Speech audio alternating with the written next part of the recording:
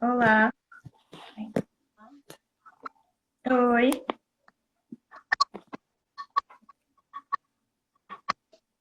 Tá dando... Tá picotando um pouquinho, dá para ouvir bem o som? Tá?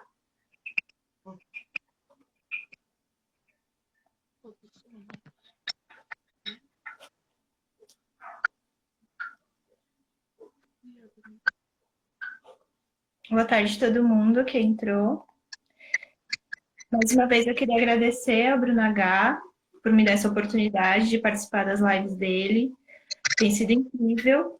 As entrevistas, os papos, as pessoas que têm participado aqui com ele. É de grande valia todas as falas, né, que foram expostas aqui, todos os assuntos.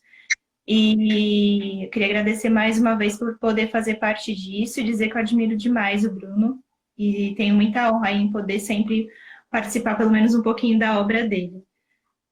Hoje, em especial, eu estou abrindo a live, né, da Dani, que vai ser sempre a nossa diretora, né, a nossa mentora, a nossa professora na arte.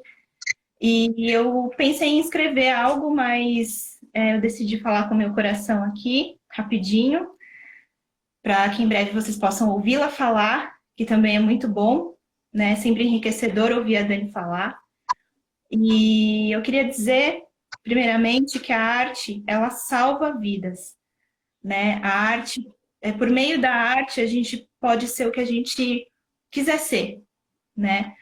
O nosso corpo fala, né?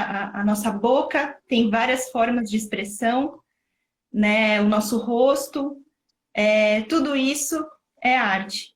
Então, isso foi o que eu aprendi com ela e tenho certeza que o Bruno também, nesses anos todos caminhando junto.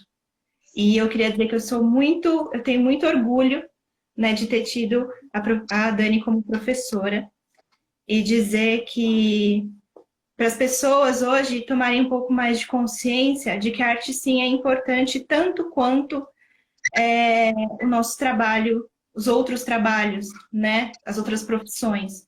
Ser artista é colocar o nosso coração na nossa profissão, é colocar a alma, colocar a nossa voz, colocar o nosso corpo em tudo que a gente faz. Isso é ser arte. E quando a gente faz isso, o nosso corpo revela tudo que existe dentro da gente, tanto de bom quanto de ruim. Então, vamos dar mais voz à arte, vamos não dar voz porque ela já tem uma voz imensa, mas vamos dar mais espaço para a arte, vamos aprender mais sobre arte, vamos compartilhar mais sobre arte, porque a arte salva vidas. A arte salva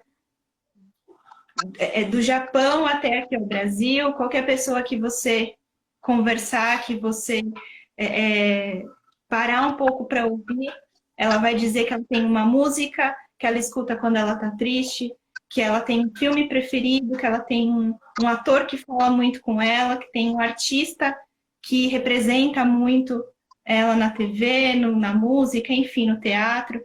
Então, vamos dar um pouco mais de espaço para a arte na nossa vida, no nosso dia a dia.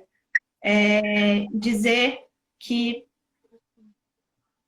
o Bruno está fechando com chave de ouro esse mês de entrevistas e que eu espero demais que isso continue, que isso permaneça e que ele seja cada vez mais apoiado por todo mundo que puder, por todo mundo que souber da arte dele, porque eu nunca conheci um artista como ele. E eu tenho muita honra de fazer parte disso mais uma vez. Sou muito orgulhosa mesmo, de verdade. E agora eu queria abrir o espaço, sair daqui, parar de falar, para que vocês escutem um pouquinho da Dani Caldeira, que além de nossa professora, é diretora, atriz, é idealizadora de vários projetos incríveis que só somam na vida das pessoas. Então, é isso. Uma boa conversa para vocês, um ótimo domingo e cheio de sol que vocês vão ver como a Dani Caldeira também representa aí um girassol na nossa vida. Um beijo, até!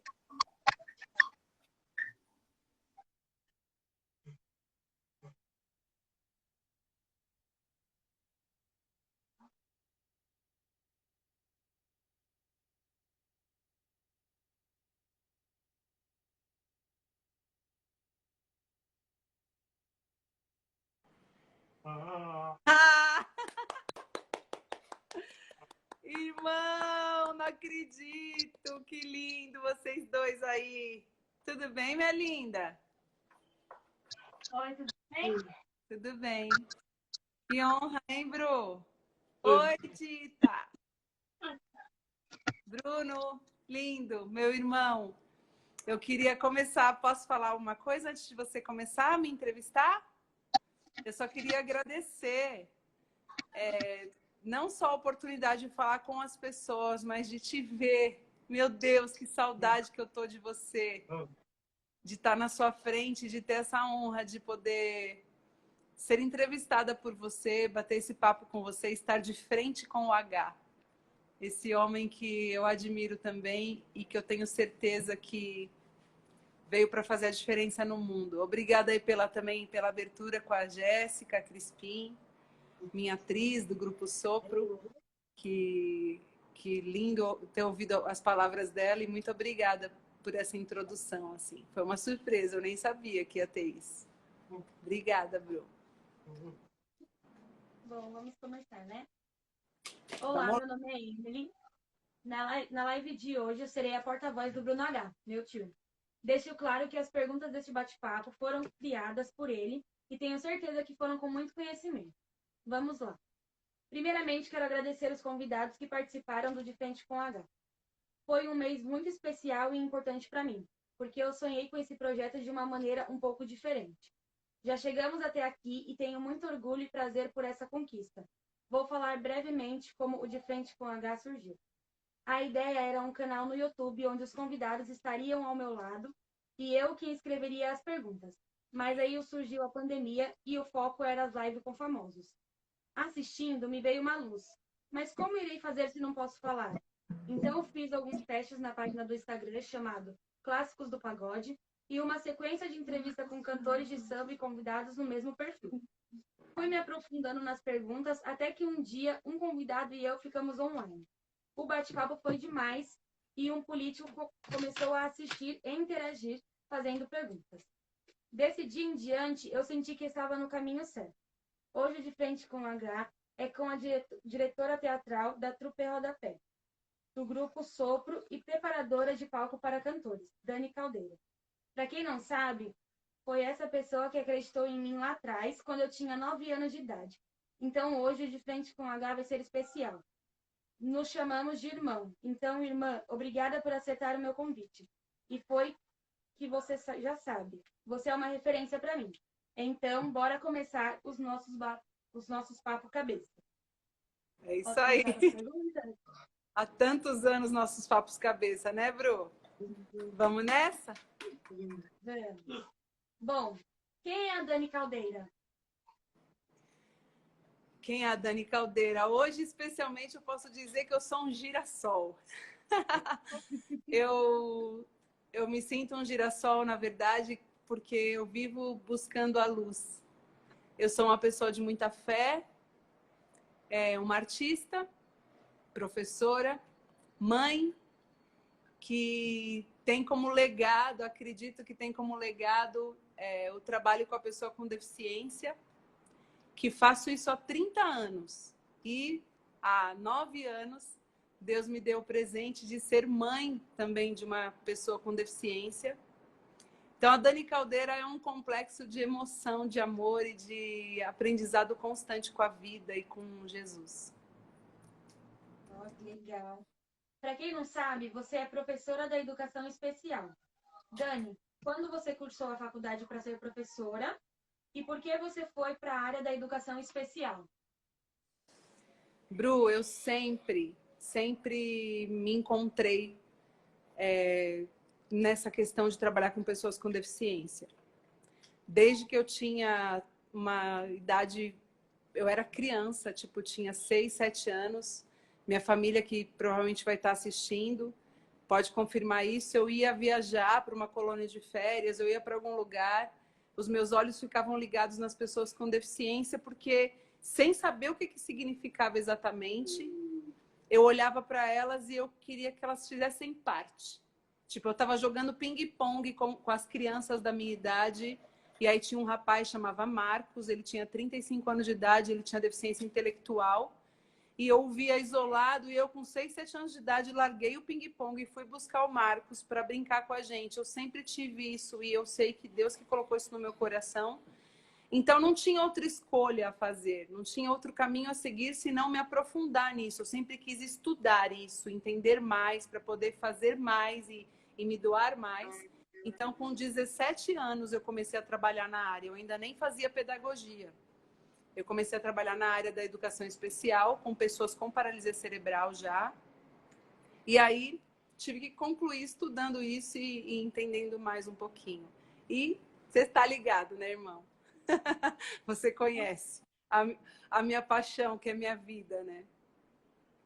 Muito bom. Agora vamos entrar na área da música e do teatro. Quando que a arte entrou em sua vida e como foi? A arte entrou na minha vida também desde muito cedo. Eu sou de uma família que tem sempre um curioso ou outro. Não temos muitos profissionais, mas pessoas que se envolvem com a arte, principalmente na herança do lado do meu pai.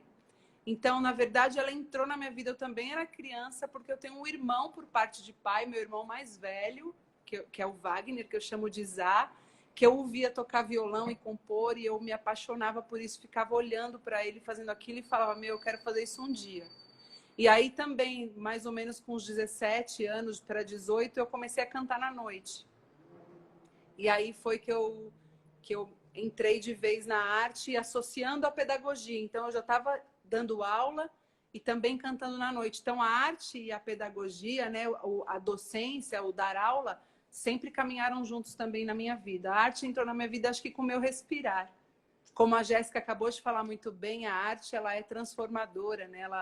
Ela cuida de todo mundo e todo mundo se sente bem com ela. Então, ela já foi da minha vida, acho que quando eu saí da barriga da minha mamãe. Há 46 anos hoje. Ai. Ok. Como você enxerga a cultura do Brasil? A cultura do Brasil? Riquíssima. Riquíssima. Um dos lugares onde tem mais diversidades e linguagens e habilidosos artistas, talentosíssimos de todos os segmentos. É um lugar, o Brasil é considerado, né, celeiro, e é um celeiro artístico também. Você encontra artistas que não têm reconhecimento, que não são mediaticamente conhecidos, aqui na região da Paulista, onde fica a minha escola, que a gente anda aqui pela Paulista, pessoas talentosíssimas, fazendo de tudo. Agora não na pandemia, mas de domingo aqui na Paulista, você encontra todas as linguagens artísticas e pessoas maravilhosas. Eu vejo a cultura brasileira como uma das mais ricas do mundo, assim. Ok. O que você sente quando vê um ator ou cantor que começou com você e hoje está fazendo sucesso? E completando, quais são os cantores e atores que já passou pelas suas mãos? Vamos lá. Peraí. O Teteu tá aqui, ó, viu? Ele quer participar de frente com o H. O Teteu tá de frente com o H. Bom, ator... O que mais faz sucesso hoje em dia é esse cara aqui na minha frente, ó. Tá famoso pra caramba esse Bruno H.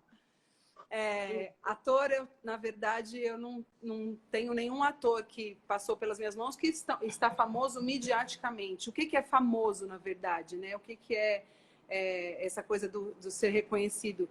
Para mim, o reconhecimento, a fama se dá quando a pessoa se encontra e faz daquela sua expressão um caminho de sucesso para aquelas pequenas pessoas que ele atinge, ainda que sejam poucas. Por isso que eu digo que eu estou de frente de um dos mais famosos. Porque o Bruno H, com toda a limitação que ele tem física, né, irmão? Com toda a dificuldade de se expressar no sentido não intelectual e nem de vontade, mas de possibilidades motoras, tem desbravado o mundo, feito contato com pessoas e feito esse programa aqui de Frente com H de uma forma tão rica. Então, eu posso responder o que eu sinto quando um ator meu faz sucesso, quando eu olho para esse cara na minha frente, o Bruno H, e digo que realização. Eu e o meu esposo, que também é professor, vocês sabem, a gente sempre costuma dizer que ser professor de arte, no segmento da arte, é você descer do palco e jogar o holofote no outro.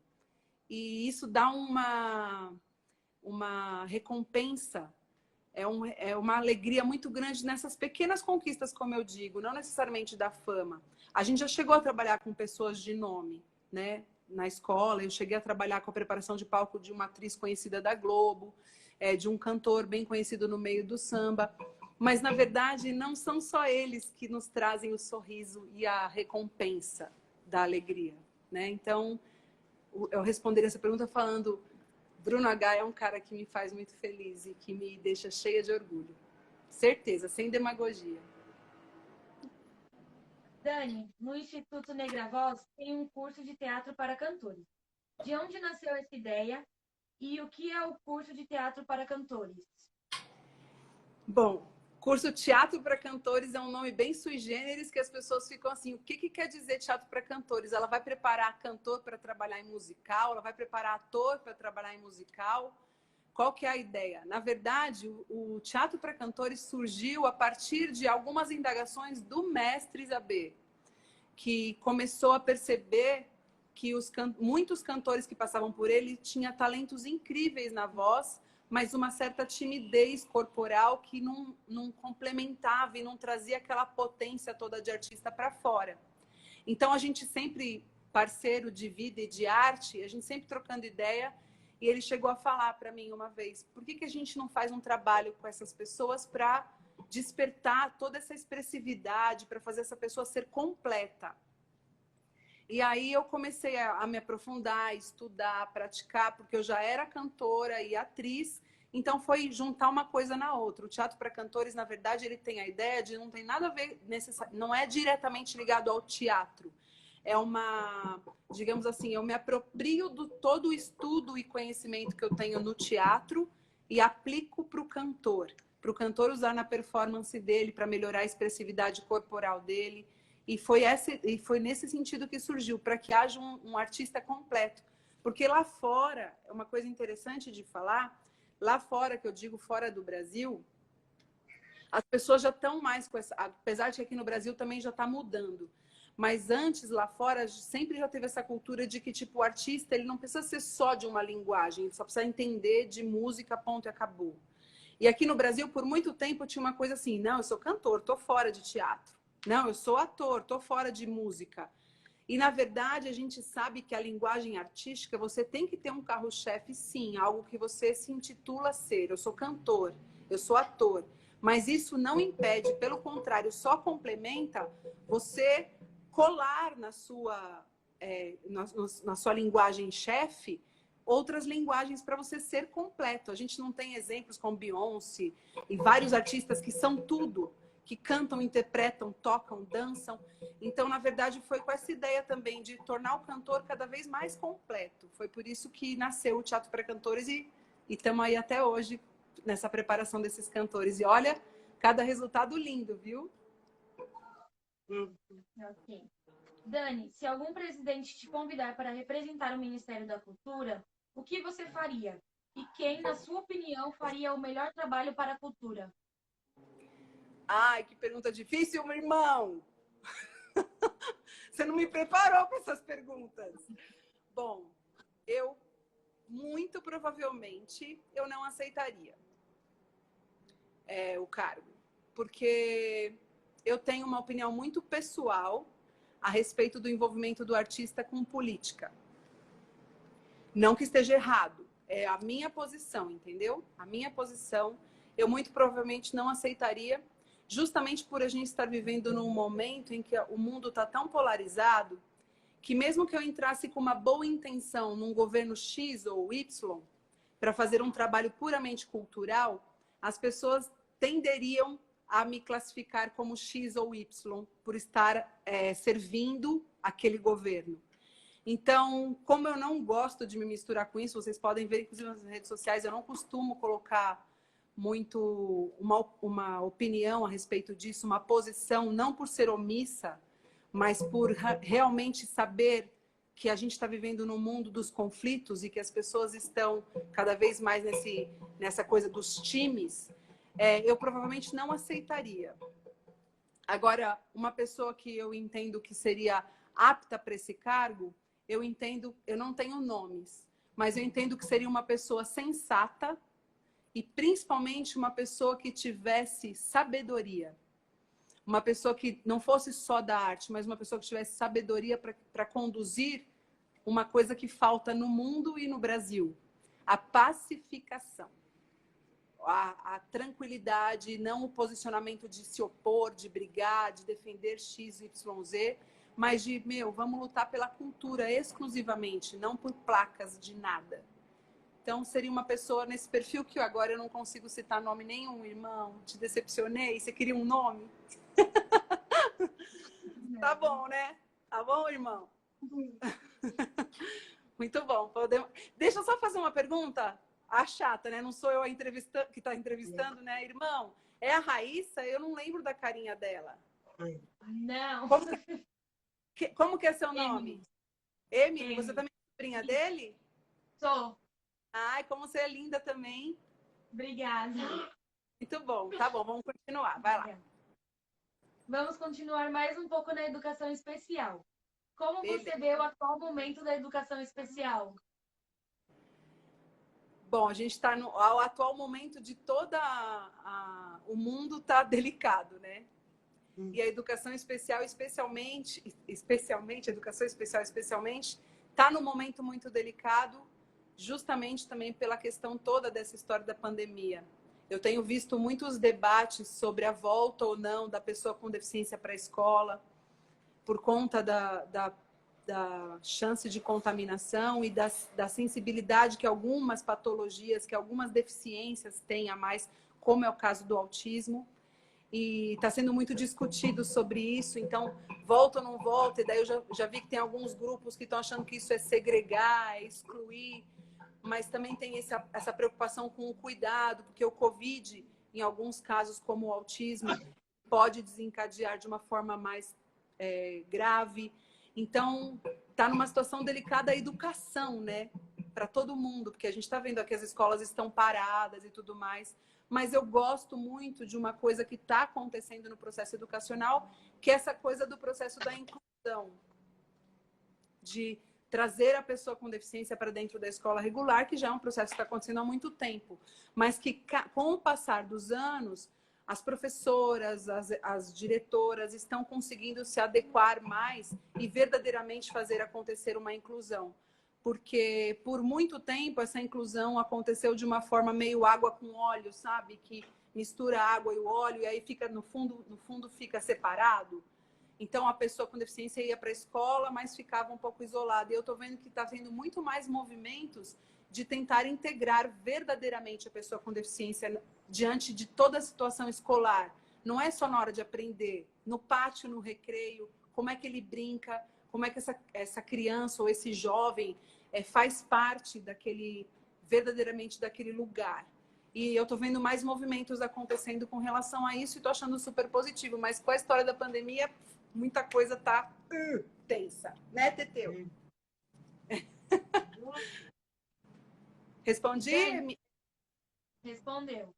Tá bom. Dani, quando você olhou para nós, pessoas com deficiência física, e pensou que poderíamos ser atores? Ah, meu Deus! Quando que eu pensei... Eu vou chorar, hein? Eu já preciso avisar o público que está entrando aí que eu sou super sensível e, além disso, no dia do meu aniversário, eu fico mó chorona. Pior ainda. Na verdade, eu diria assim, quando que alguém olha para uma pessoa com deficiência e diz, não é capaz? Eu não consigo entender como que uma pessoa faz isso. Porque não é nada meu, assim, de nossa, como ela é bondosa, como ela é maravilhosa. Não. eu não consigo olhar para um Bruno H, para os meus atores todos da trupe. Eu sei que a Dita está aqui, a Bruna Barros, o Marcos Espanhol, o Gil Miranda. Como é que eu vou olhar para essas pessoas e dizer, não, não é capaz. Ai, não, não vai conseguir. Pelo contrário, eu não sei como que as pessoas se param nisso. Eu costumava falar nos bate-papos que a gente tinha, né, irmão? Que o limite, nesse caso, está em quem olha e fica na superfície. É um limite de olhar. Porque se você olha para uma pessoa com limitações como você, irmão, e fala assim, ah, não é capaz, é porque a pessoa não é capaz de ir além. E olhar dentro dos teus olhos e gastar, talvez gaste um pouco mais de tempo, porque a conversa de uma pessoa sem deficiência, sem limitação, é papum, é coisa rápida, e com você a gente tem que parar, esperar você formular, você conseguir soltar o som, ou você escrever algo no seu tablet. Então, talvez o limite esteja no outro. Talvez não, o limite está no outro, de não conseguir parar mais tempo e olhar além. Então, eu não consigo responder quando foi que eu olhei e acreditei que vocês eram capazes, porque eu nasci acreditando em vocês. Bom, em 2006, no CRU, você criou um projeto que mudou nossa vida. Eu não estava desde o início, mas no dia 3 de fevereiro de 2008, entrei para a trupe Rodapé e vejo minha vida transformar, e você fez parte desse sonho. Mas, Dani, gostaria que você falasse um pouco sobre a seleção de atores para a trupe Rodapé e se teve alguma pessoa que na seleção do teatro passou mal pela fisioterapia, por conta da cadeira. Como você agia? Bom, a gente, para fazer parte da trupe Rodapé, viu, como o Bruno mesmo acabou de contar, como o H, né, acabou de contar, existiu uma seleção, e essa seleção não era de forma alguma com a ideia de segregar, mas porque alguns critérios para ser ator precisavam ser cumpridos. O principal deles é justamente isso que eu acabei de falar. A pessoa tem que ter a consciência do que ela está fazendo ali. Ela, para ser ator, ela precisa entender que ela vai fazer um personagem, ela precisa entender que ela tem um texto, uma peça, uma história que ela precisa interpretar. Então, esse era um dos critérios. O outro critério, como a gente estava inserido dentro de uma equipe multidisciplinar, um outro critério era a pessoa ter as condições de equipamentos para se comunicar e se posicionar. Uma cadeira de roda adequada, porque a gente tinha a capitã Ronzella na equipe, que é a Marília Ronzella, uma excelente profissional, que cuidava de toda essa parte de posicionamento do ator. E que é sabido em fisioterapia, dentro do segmento da paralisia cerebral, que se a pessoa não está bem posicionada, isso pode causar vários danos para ela, irreversíveis, de deformações mesmo. Então, ela sempre teve uma preocupação muito grande com isso. E para fazer a trupe Rodapé, tô aqui de frente com o H e jamais vou mentir a respeito, ele está aqui para falar, para provar que é verdade. A doida aqui coloca esses caras de cabeça para baixo, eles saem rastejando pelo chão, tem que se pendurar num mecanismo X. Era cheia de exigências que eles tinham que ainda superar mais limites corporais, e junto com a Marília a gente fazia um trabalhão de equipe assim, super legal. Então ela tinha uma preocupação muito grande que estivesse dentro desse critério de estar bem posicionado para não ter nenhum prejuízo para a pessoa, né? Que a pessoa não tivesse nenhuma anomalia, nenhum problema de deformidade por conta de não estar bem posicionado. Então, neste caso, alguns atores foram barrados, que é inclusive o caso do H. Porque ele diz que ele não entrou desde o começo, em 2006, em agosto, e de fato ele entrou em 2008, e eu fiquei muito triste. Eu lamentei horrores, porque eu sempre olhei para esse cara e falei, esse cara vai ser um baita ator. Ele tem muita possibilidade de, trazer sangue nos olhos, nas expressões, na interpretação de personagens. Então, ele foi um dos primeiros nomes que eu citei. Mas ele foi barrado no baile. Ele foi barrado porque ele não tinha uma cadeira apropriada e podia entrar nesse caso que eu acabei de citar, de ter deformidades e problemas a partir desse mau posicionamento. Então, ele foi barrado por esse critério, mas graças a Deus, a dona Ângela, linda, fofa, maravilhosa e dedicada, logo depois preparou uma cadeira de rodas bacana junto com ele. E aí, em 2008, ele veio integrar e realmente foi o que eu esperava. Veio arrebentar com a boca do balão. E é isso. Tinham mais critérios, né, Bru? Tinha a questão também da paixão pelo teatro, porque, obviamente, para fazer teatro, não basta só você entender como era um critério, não basta só você estar bem posicionado numa cadeira de roda. A arte exige paixão. A arte exige que você queira a arte, né? Então, a gente tem vários casos, inclusive de pessoas que têm talento, mas não têm paixão, não têm vontade de ser da arte. E tudo bem, não é obrigado. Então, um dos critérios também era esse. Você quer ser, porque o negócio aqui é assim, né, Bru? Pede para sair. O negócio é pesado. A gente pega legal. Mas aí, tipo, se tem paixão, a gente enfrenta tudo. Meu, vamos lá, gente. Então, era um dos critérios também. E o Bruno se enquadrava em todos, principalmente depois que ele estava com a cadeira de rodas adequada e a prancha de comunicação também. Ok. Quando você conheceu o teatro? Desculpa, a Sandra está aqui falando do Bop. O Bop, Sam. A Capitã Alves está aqui também. Quando eu conheci o teatro, foi a pergunta, Emily?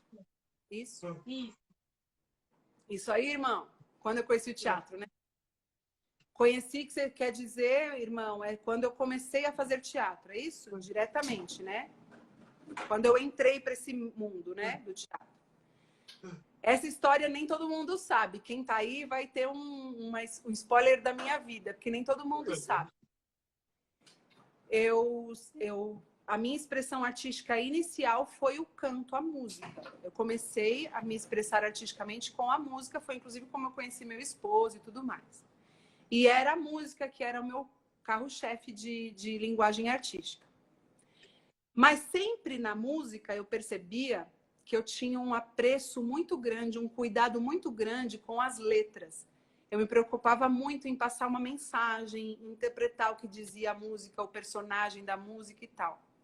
Só que em 2002 eu comecei a trabalhar, na verdade um pouquinho antes de 2002, mas 2002 efetivamente eu comecei a trabalhar na oficina de música do CRU, do Centro de Reabilitação da Uniban, que era um centro de reabilitação voltado a pessoas com deficiência, especialmente com paralisia cerebral.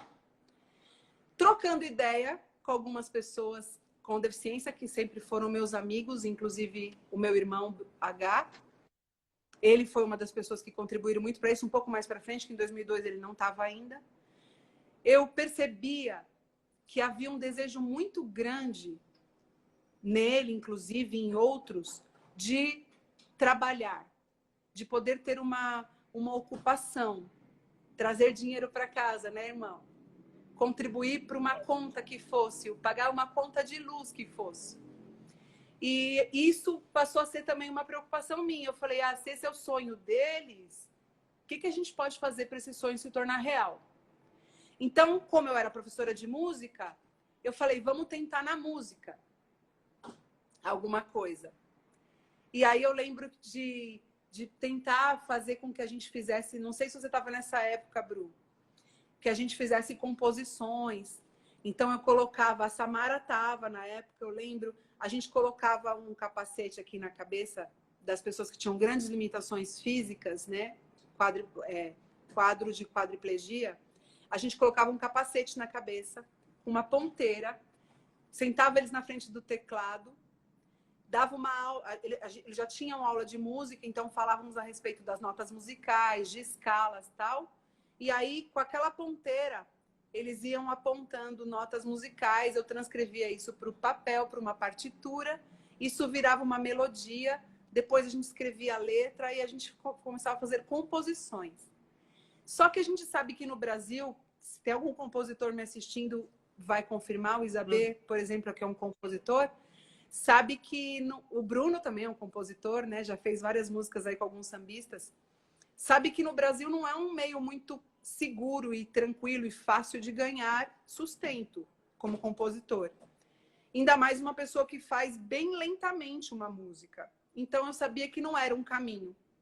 Então, pasmem, para quem não sabia, mas eu entrei para o teatro por você, Bru. Eu entrei para o teatro pelas pessoas com deficiência. Não foi a princípio porque eu queria. Foi porque eu queria encontrar um caminho para as pessoas com deficiência. E aí, me apaixonei. Me apaixonei pelo teatro e encontrei esse caminho. Tanto que a Trupe Rodapé chegou a receber cachês.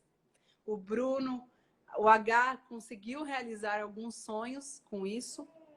E o mais importante, nós conseguimos o reconhecimento de um registro profissional. Hoje em dia, não só o H, mas outros têm um DRT de ator profissional. Então eu entrei por isso. E aí acabei ficando nele, no teatro. Que legal. E você é diretora da Trupe Rodapé e do Grupo Sopro. Nos conte 2 histórias que te marcaram com orgulho de ser diretora. Bom, uma de cada um, Bru? Uma de cada grupo? Da Trupe Rodapé, a história que mais me marcou, inevitavelmente, eu até acabei falando sobre isso na resposta anterior, foi o dia que a gente pegou o DRT. E eu vou chorar de novo. Porque foi um dia, assim, que não tem descrição em palavras, de conquista mesmo, de algo que a gente realmente lutou para e estava conseguindo realizar.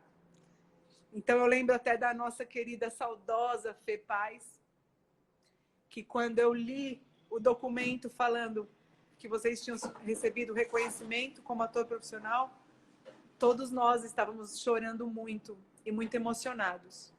Então a gente tem histórias inúmeras, apresentações de sucesso, apresentações difícil, né, Bru? De públicos difíceis, de lugares que a gente não era nem ouvido direito, apresentações em aeroportos. A gente tem um monte de história, mas a que marcou mesmo foi o dia do DRT. O dia da gente conseguir aquilo que a gente se propôs desde sempre. E com o Grupo Sopro, uma história que me marcou muito, a gente também tem muitas histórias lindas a serem lembradas, mas uma história que me marcou muito foi quando a gente ficou em cartaz no Maria de la Costa, que é um teatro, inclusive estão passando muitas lutas, se alguém puder até contribuir, eles estão usando até vaquinha para poder manter o teatro aberto com essa história da pandemia. É um teatro tradicional de São Paulo, que eu sempre tive vontade de colocar o grupo lá. Tanto o Ruth Escobar, que a trupe conseguiu também, e o Maria de la Costa, que o Sopro conseguiu. E a gente fez uma temporada de 3 meses, todas as sextas e sábados no Maria de la Costa, o Grupo Sopro. Só que tem um valor que você precisa dar todo final de semana, como se fosse a locação do teatro. Que geralmente os atores, os grupos, os diretores pagam com a bilheteria. Mas como nós éramos um grupo novo, como nós tínhamos uma temática um pouco ousada para o universo do teatro, porque a gente falava de existencialismo cristão, então era muito novo para todo mundo aquilo, a gente não tinha uma bilheteria bombando. Pelo contrário, não tenho vergonha de dizer que a gente chegou a apresentar a peça para uma pessoa.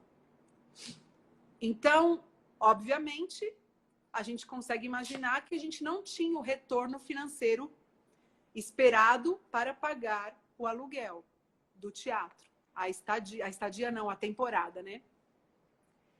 E aí a gente estava naquela luta, como que a gente vai fazer, tal, em oração sempre, pedindo para Deus, ajuda para Deus, como é que a gente vai fazer para pagar? A gente já não tinha de onde tirar, Isabel e eu vendemos algumas coisas nossas, pessoais, tentamos de todo jeito e tal, até que, do nada, milagrosamente, com certeza milagrosamente, uma produtora fez contato com a gente para a gente participar da virada cultural.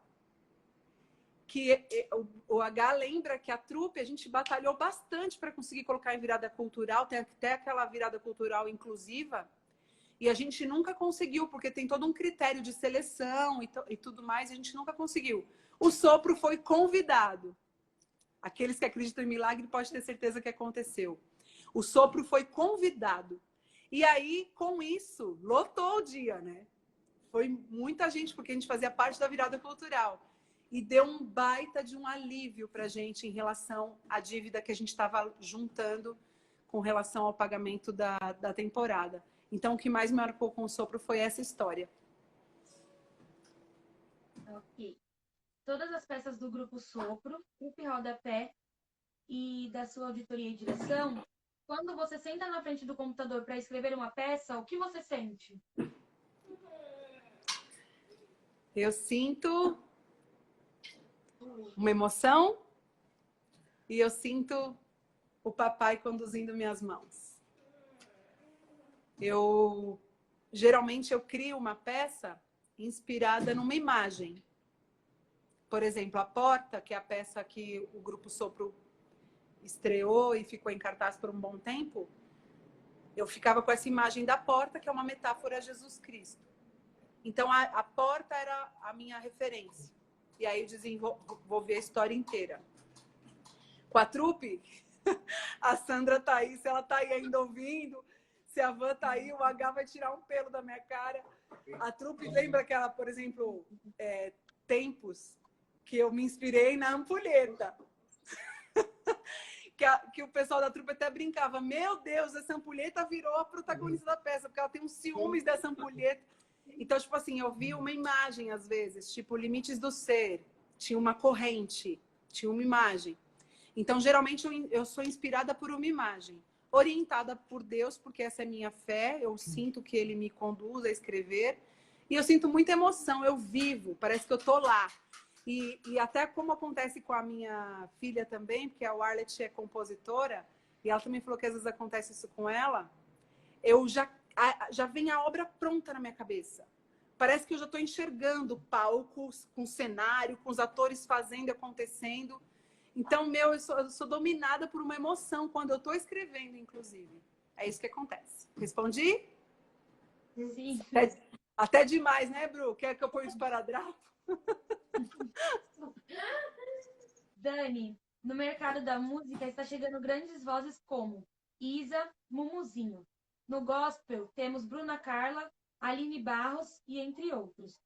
Qual é sua opinião sobre o atual momento da música do Brasil? A música do Brasil, ela tem realmente pessoas de referência, nomes maravilhosos, vozes incríveis. Você acabou de citar aí Mumuzinho, por exemplo, um grande artista completo. Ele está no exemplo daquilo que eu estava falando. Ele interpreta, ele dança, ele faz acontecer no palco. No meio gospel, a gente tem, inclusive, não sei se você conhece, a Midian Lima, uma artista também, assim, completa, vocalmente, expressividade. Se vocês não conhecem, para quem não conhece e está ouvindo, procure conhecer. A Sam colocou a imagem de uma ampulheta na conversa. Procurem conhecer, porque é uma cantora excelente. Então, eu vejo assim, no cenário musical hoje em dia, vozes e artistas muito bons. O que eu sinto falta? De diversidade de composições, de temas. Há uma tendência muito grande a falar sobre temas recorrentes, amor, perda de amor. Eu estou fazendo agora na rotina de postagens do INV um quadro de sexta-feira, quem puder assista, chama Mãos na Obra, em que eu destrincho rapidamente a obra de algum compositor não conhecido necessariamente. Até, Bru, H, eu quero uma música sua, hein? Tá? Para fazer lá. Acho que você e o Vini Siqueira tem uma música, né? Acho que você e o Cris Viana também. Eu quero uma música sua para fazer lá no quadro. E aí a gente está estudando algumas obras, né? E aí a grande maioria das obras, não que não seja legal, porque o amor é o movimento do mundo, é óbvio, e é lindo falar de amor, mas a grande maioria das obras só fala de amor. Amor perdido, amor traído, o amor que quer conquistar, o amor vivido. Lindo. Mas eu sinto falta de outras temáticas, sabe? De falar um pouco mais da vida, das superações. Olha, ó, Bru, você é o cara para falar dessas coisas, né? Então, bom, acho que eu respondi, né? Respondi? Sim. Sim. Tá bom, agora uma parada para os recados dos patrocinadores do De Frente com H. Aê! Você quer comer um senhor hambúrguer de responsa? Então se conecte no Burger do Planalto. Eita. Em breve terá surpresas para vocês, que vão assistir o próximo De Frente com H. Alô, Renato, sem palavras, tamo junto sempre. Essa você conhece, Dani. Escola de Música e Teatro Instituto Negra Voz, onde tenho o prazer de fazer parte. Família. Sabadão e deu vontade de comer aquela pizza gostosa? Olha quem está no De Frente com H. A Pizzaria dos Famosos, Zecas Pizzas, e estamos fazendo uma campanha muito importante nesse momento, que é: na compra de cada pizza, uma porcentagem do valor será revertido para a compra de cestas básicas para quem está necessitando. Então, pensou em pizza? Pensou em Zecas Pizzas. E a minha pizza já está chegando daqui a pouco. Vou colocar no status para vocês verem. Zeca e Tati, muito obrigado pelo carinho de sempre comigo. Procurando móveis de altíssima qualidade e bom gosto? Loja Trend Caso Home. Tudo o que você precisa para a sua casa. Lojas em 2 endereços. Shopping Lar Center e Santana. Tânia e Mauro Borges, muito obrigada. Dani, chegou alguma coisa no seu celular? Que tal viajar e recarregar suas energias no ar livre, depois dessa pandemia? Tenho uma super dica. Gato do Matel Hostel e Kite no Ceará. Simplesmente maravilhoso. Forte abraço, meu parceiro Ricardo Calentano. Você está cansado de vestir roupas sem representatividade? Olha quem é a nossa nova parceria do De Frente com H. Mania da Gente. A loja que veste os famosos. E nos próximos De Frente com H, eu e minha sobrinha vamos estar vestindo de Mania da Gente. Dedê e Luana. Quando você encontrar pessoas que acreditam no seu projeto, é fantástico. E vocês me deram mais essa força para continuar. Muito obrigada. Chegou uma coisa aqui. Isso. Chegou? É para eu olhar ou vocês querem que eu olhe depois? É para olhar. É para olhar. Fica de lado, Bibi? Para eu poder enxergar melhor? Espera só um pouquinho, então. É para eu... Posso ler para o público saber? Ó, gente, chegou aqui no celular algo dizendo assim, ó. Achava que era só uma live com H? Voucher, cortesia, 3 diárias com acompanhamento no Gato do Mato. Ó! Hotel e... Como chama? Kit Point. Isso. Kit Point. Nossa, eu ganhei um voucher? Aí sim, hein? Caramba, mano! Tem mais coisa? É só isso? É esse. Aê, Bru! Acho que é esse. Seu patrocinador me deu? Aí sim! Aê, que presente! Meu aniversário ainda ganhei um desse? Muito bom. Obrigada, viu? Obrigada aí a equipe de onde que é. Deixa eu ver de novo. Gato do Mato. Gato do Mato, é isso, Bru? Não tá vendo? Isso. Muito obrigada, viu? Adorei. Vou aproveitar. Imagina. Vamos continuar. Vamos Alô, lá. Santo André e região, você está com fome? Então pegue o seu celular, vai no Instagram e busque Taverna Black. A rapaziada faz um hambúrguer artesanal, que é uma maravilha. Nosso querido Wagner, sem palavras, obrigado. Projeto Ajude a Ajudar. Esse projeto é muito importante, principalmente para o atual momento que o Brasil está vivendo. O projeto ajuda moradores de rua do Rio de Janeiro. No final do nosso bate-papo de hoje, vou deixar nos status como vocês podem ajudar e conhecer melhor essa iniciativa top. Quero mandar um beijo para a Paula e sua equipe. Vamos continuar com as perguntas? Sim! Parabéns aí, hein, Bru? Tá cheio dos patrocinadores, hein? Aí sim. Ok. Dani, você criou um personagem que é a Isabelle, que tem PC, Para quem não sabe, PC é uma paralisia cerebral, que é o que eu tenho, mas minha mente funciona perfeitamente. Como foi criar a Isabelle? E completando, você tem alguma história de preconceito com essas pessoas que não sabia que Isabelle era um personagem? Boa pergunta. Muito bom, irmão. Bom, vamos lá. A criação, a Isabelle, como o Bruno falou, é minha personagem mais antiga. Ela nasceu em 2007, final de 2006, na verdade. E é uma personagem, como o Bruno já falou, é uma personagem com paralisia cerebral, com sequelas graves motoras. Ela não anda, ela não fala, ela tem toda uma deformidade corporal, inclusive de face. E foi uma personagem que, como diz Stanislavski, ela criou em mim a semente de personagem. Que significa o quê? Foi um personagem que transformou a minha vida, que passou a marcar a minha história e me fez aprofundar ainda mais na história da deficiência. Porque primeiro que para construí-la não foi um personagem como outro qualquer. Eu precisei estudar mais e principalmente fui dirigida por Samara e Caio, que são dois atores também que fizeram parte. O Caio fez parte da trupe Rodapé e a Samara, a vida inteira, a gente também trabalhou em arte juntas. Uma excelente jornalista também. Ela também faz parte de um projeto de dança. Incrível, uma pessoa incrível.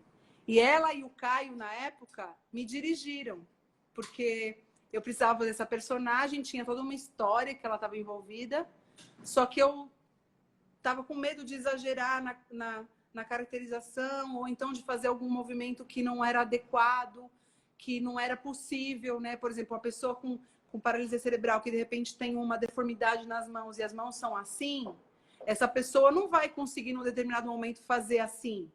Então eu tinha que ter esse tipo de direção de alguém de fora, tipo, não, esse movimento não é possível fazer. E aí foram os dois que iam me dando dicas. Dani, isso aqui é legal, faz mais aqui um movimento com a boca, porque quem já assistiu essa peça ou quem já viu, tem imagens também, que às vezes eu posto no meu Instagram, o Bru já postou.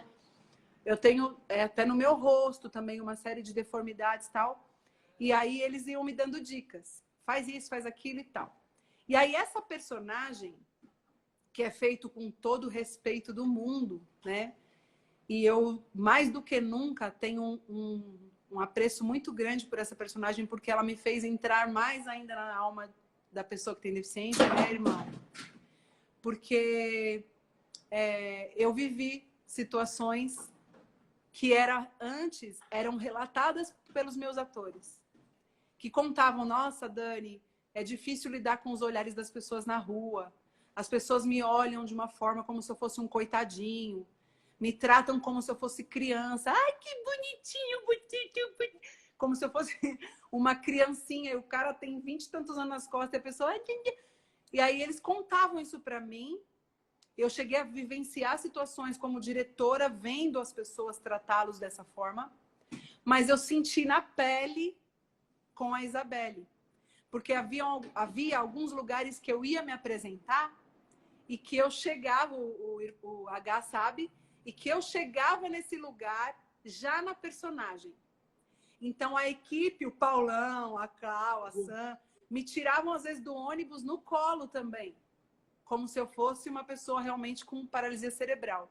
Me colocavam na cadeira de roda, me posicionavam, limpavam a minha boca, me ajeitavam na cadeira. Então, as pessoas que estavam assistindo e vendo o movimento da trupe Rodapé não sabiam que eu não tinha deficiência. E aí eu pude sentir na minha pele, de fato, esse olhar de subestimação, esse olhar que diminui, essa fala de como se eu fosse uma pessoa que não entendesse nada, um olhar às vezes até de aversão, assim, ai, ela treme. Eu escutei isso, na verdade.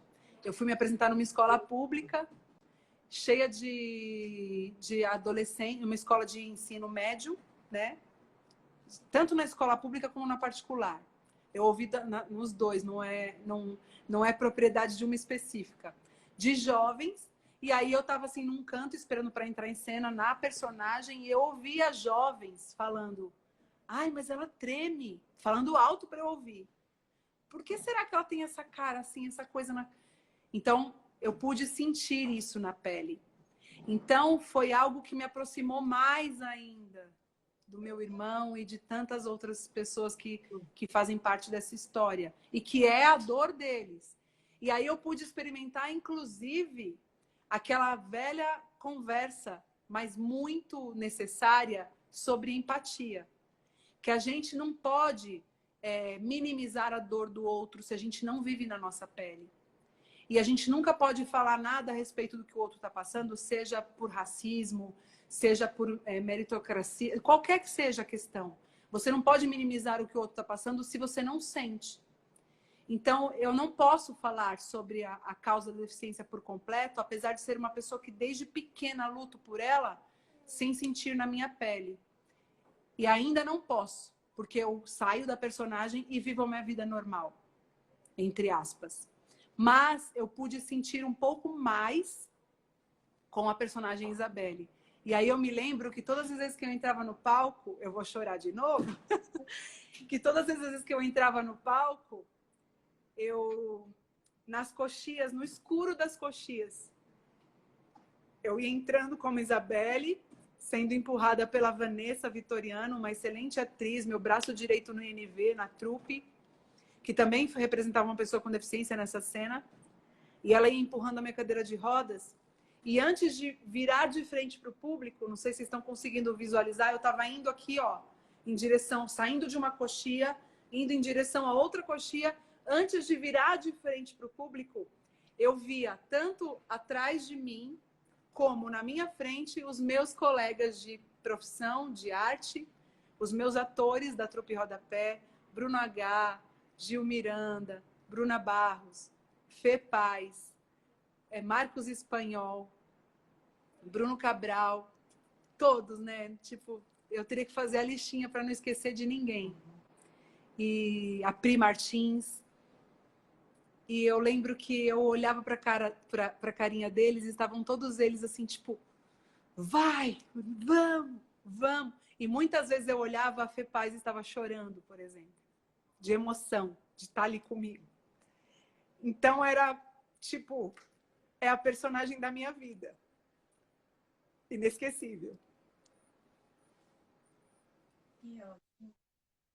Bom, Dani, agora quem vai ser a porta-voz do meu tio Bruno vai ser a Carol.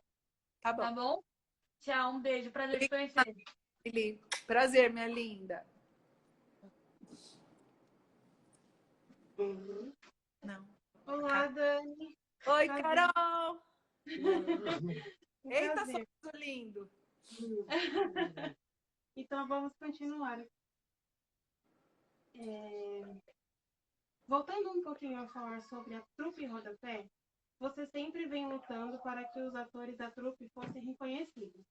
Temos alguns momentos que marcaram a história da trupe, que foi o momento TRU, hoje fechado. Que você não deixou seus atores sem contato, sempre mandava mensagens dizendo que íamos voltar e nos dizia para não deixar de sonhar e acreditar.